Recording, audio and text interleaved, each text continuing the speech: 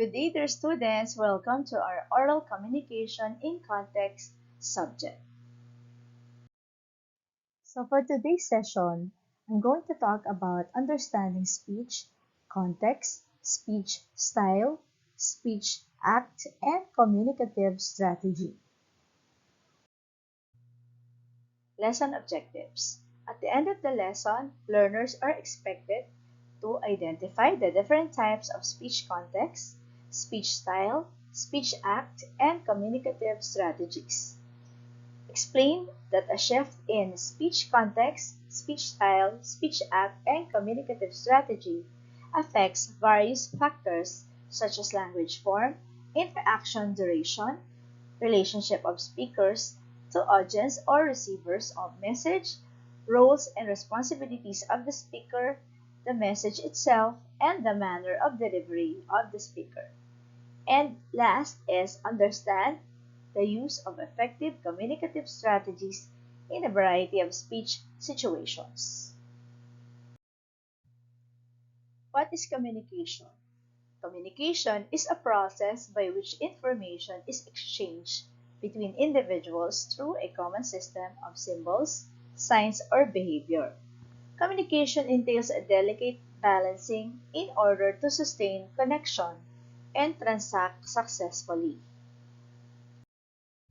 Again, remember that speech styles, which include intimate, frozen, or consultative, casual, or formal, or the way language is used, will greatly depend on the speaker's relationship, purpose of the conversation, and the speech context, which includes dyad, small group, public, and mass communication, which in turn will determine what type of utterance or speech act will be used. While communication is ongoing, communicative strategies such as repair, topic shifting, restriction, topic control, turn taking, nomination, and termination will be used to maintain the connection in order to successfully impart the message and achieve the purpose of communication. This table briefly explains the factors affected when there is a change or shift in speech context, speech style, speech act, and communicative strategy. First is the language form. Language form refers to the formality or informality of the language used, and it involves the choice of words and how sentences or utterances are structured.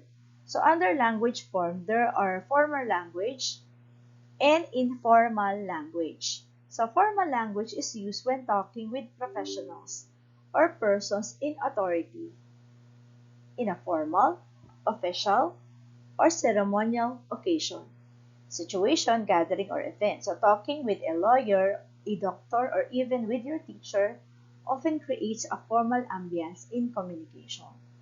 So with informal language, on the other hand, it is used without much considerations to the rules of conventions or etiquette. It is casual and mostly not well thought of or prepared because it is used to communicate with people with whom you have close association like your parents, your siblings, and friends. Next is duration of interaction and relationship of speaker. So with duration of interaction, this refers to the amount of time a conversation takes between and among communicators. So the next is the relationship with speaker, which refers to the speech style used by the speaker suited to his or her relationship to the person with whom he or she is communicating.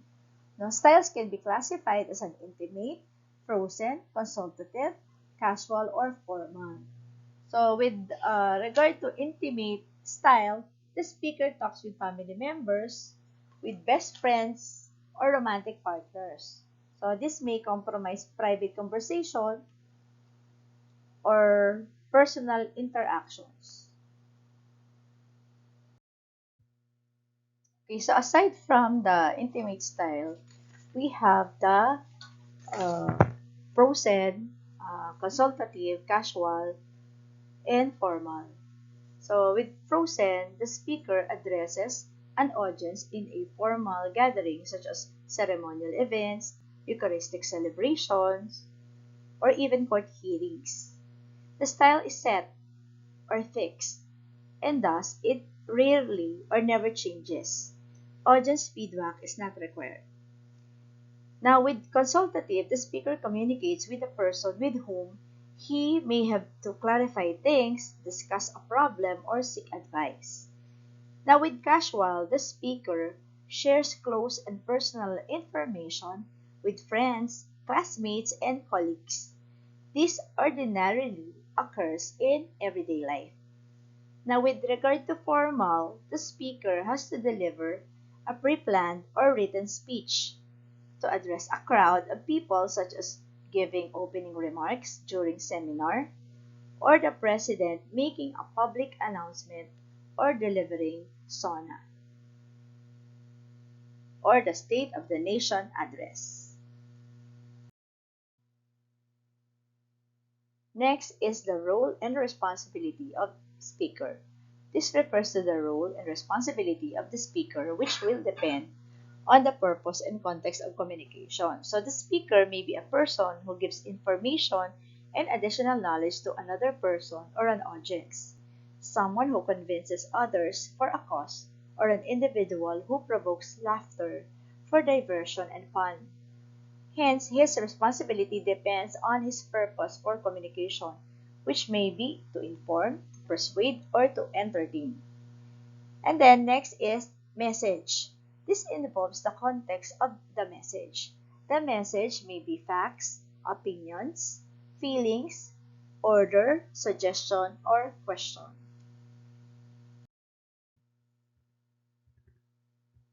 Another factor is the delivery. This refers to the manner of delivery involving verbal and non-verbal cues made by the speaker. Delivery can be classified as extemporaneous, which means speaking with limited preparation and guided by notes or outline; impromptu, speaking without advanced preparation or unrehearsed speech; memorized, planned, and rehearsed speech; and manuscript, reading aloud a written message. So in order to achieve communicative competence, we must consider the following: speech context, speech style, speech act, and communicative strategies. A speech context accounts for the background and purpose of a discourse. So speech context assumes a more or less direct relationship between situational, societal, political, or cultural environment in which the communication transaction occurs. The type of audience, circumstances, and setting are taken into consideration. Speech context may be intrapersonal, interpersonal, and public. Intrapersonal communication is a communication with oneself. It is the basic form of communication where the self is the only consideration. This is true in moments of self-reflection or introspection, when you contemplate and internalize things that happen or may happen, or maybe think of what may be done to solve a personal problem. And then sharing your experiences with a friend or discussing topic within a group are example of interpersonal communication. So this kind of communication involves the transmission of messages that is deliberately extended to others. And public communication. So this addresses a large number of people. For example, when you want to discuss to a large group of your friends online about the effects of COVID-19 and then the precautionary measures in the time of pandemic. So you engage in public communication. In this way, you communicate to a crowd of online viewers. And so your message may be heard by many. Okay. Another factor that affects the attainment of communicative competence is speech style.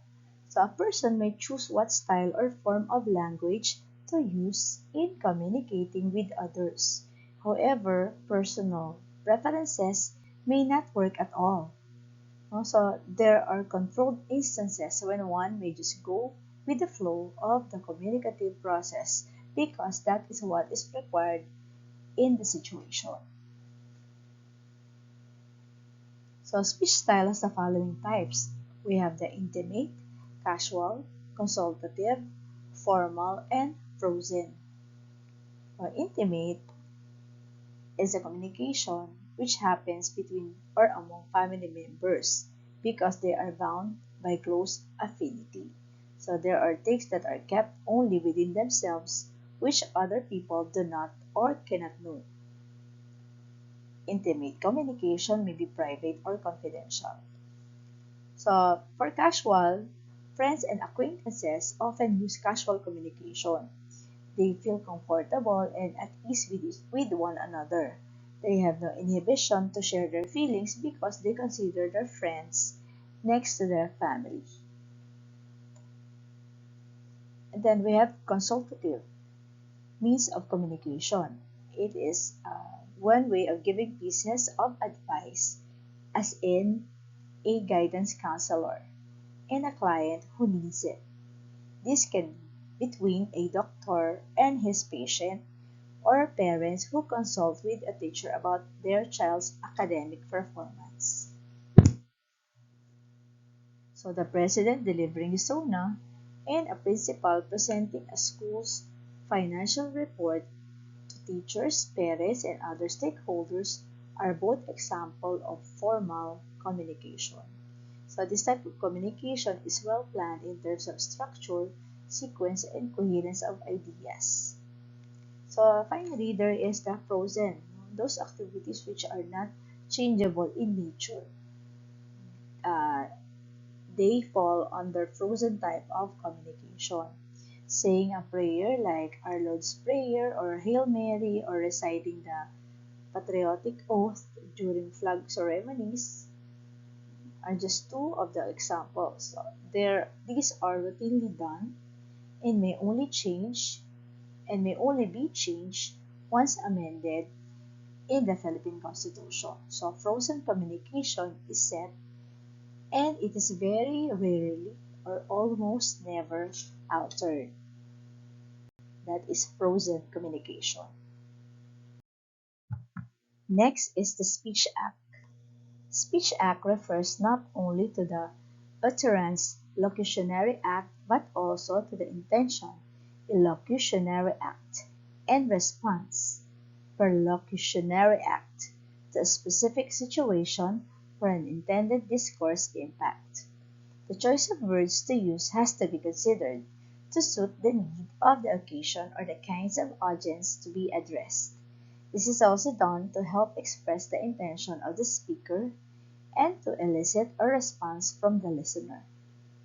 In linguistic or the scientific study of language, a speech act refers not only to a word or group of words spoken by a person but also to the action that elicited from the audience due to the words spoken. For example, the question, "May I use your pen?" is considered a speech act because the speaker's desire to use another person's pen is expressed while also seeking permission to use it. The actual saying of the words or the utterance of "May I use your pen?" is the locutionary act. The implied request of "Can you hand me your pen so I may use it?" is the illocutionary act, and the actual handing over of the pen as permitted or given by the owner of the pen is the perlocutionary act.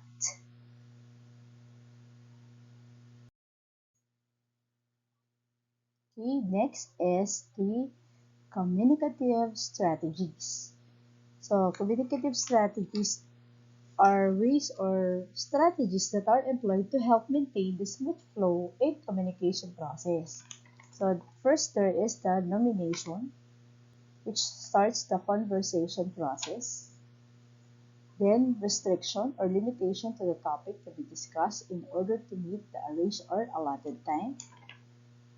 And then we have the turn taking. This is where you employ rules of engagement regarding the procedure or sequence of each participant's turn to talk. This also refers to the alternate turns that speakers adopt when having a conversation. So making sure that the discussion remain in the confines of the agenda is the next consideration. So this may be hard to achieve, but topic control is possible through the cooperation of all the attendees of a group meeting or all the participants in the discussion. So everybody should ensure that the conversation will not veer away from what has been planned. And then topic shifting makes the transition from one topic to another occur smoothly. So this happens when one discussant or participant manages to move to the next topic smoothly. The next topic may not necessarily be the same as the previous, but definitely it is related to it. So before the meeting is adjourned, you may repair or fix all the problems that may arise in the course of the meeting by answering all the questions and clarifying the attendees' understanding of the agenda discussed. And then the termination will come next. It is the last part of the process where the meeting is successfully ended or finished. So these various communicative strategies may be employed by the speakers in order to keep the conversation moving forward. Different strategies entail different word choice and language forms.